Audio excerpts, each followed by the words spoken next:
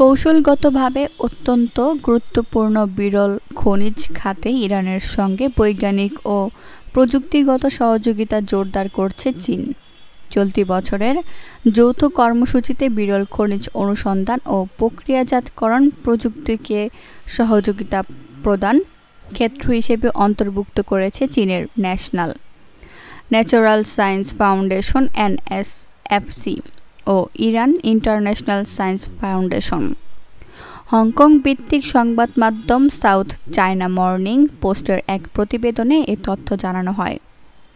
এনএসএফসি জানিয়েছে, যৌথ কর্মশালার আয়োজন, গবেষণা এবং দুদেশের গবেষকদের সফর বিনিময়ে অর্থায়ন করবে চীন ও ইরানের বিজ্ঞান বিষয়ক এই দুটি রাষ্ট্রীয় সংস্থা।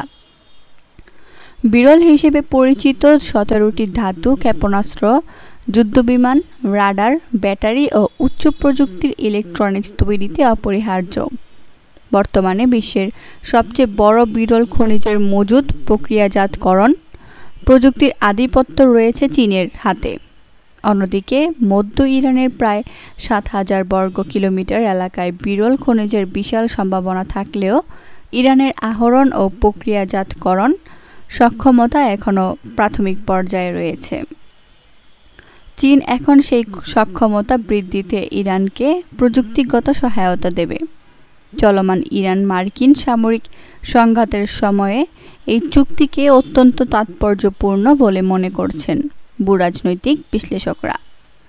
সম্প্রতি বার্তা সংস্থা রয়টার্স তাদের প্রতিবেদনে জানায়, মধ্যপ্রাচ্যের সংঘাত সামলাতে গিয়ে নিজেদের দীর্ঘ পাল্লার নির্ভুল ক্ষেপণাস্ত্রের বড় একটি অংশ ব্যবহার করে ফেলেছে যুক্তরাষ্ট্র। মার্কিন সামরিক বাহিনীর অস্ত্রের যোগান বজায় রাখতে এবং চীনের উপর নির্ভরতা কমাতে ট্রাম্প প্রশাসন ব্যাটারি ও বিরল খনিজ প্রকল্পে $3 বিলিয়ন বিনিময়ের ঘোষণা দিয়েছে। বাণিজ্য যুদ্ধের জবাবে ওয়াশিংটনে বিরল খনিজ রপ্তানিতে বেইজিং কড়াকড়ি আরোপ করা ইতিমধ্যেই মার্কিন প্রতিরক্ষা ও প্রযুক্তি খাত কাঁচামাল সংকটে পড়েছে।